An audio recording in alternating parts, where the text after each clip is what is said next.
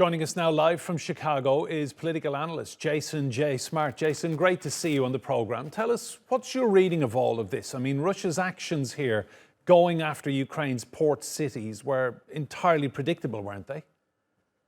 It is entirely predictable, and it's saddening, of course, to see the wanton destruction of ports, something that's used for commercial use. It's not being used by the Ukrainian military. And this is just part of the larger war, terroristic war that Russia is waging against Ukraine in attempts to destroy the nation.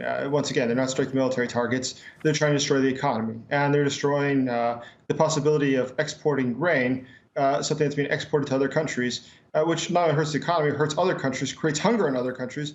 But this is the larger war of terrorism that Russia is waging against its neighbor. And Jason, do you think there's any prospect of Russia coming back to the agreement and actually getting grain moving again? Or is this it? There's always a chance. The fact is that Russia does need sanction relief. Their economy is a disaster. They've lost almost half the value of the ruble since the beginning of the year. So their ability to really play games is limited. They would definitely probably prefer to be able to export more of their own agricultural things.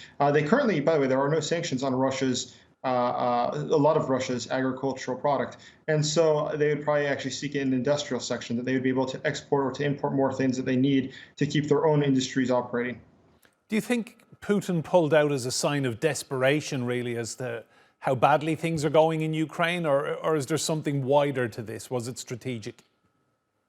No, it's simply because Ukraine struck the Crimean bridge 3 days ago. That was the reason this happened. Whatever reason the Kremlin gives, it's nonsense. The fact is that they needed some sort of response to the fact that for the second time in a year, their bridge, which Putin is personally very proud of, their bridge was struck. And this is a sign that Ukraine is going to eventually launch an offensive into Crimea and retake that territory.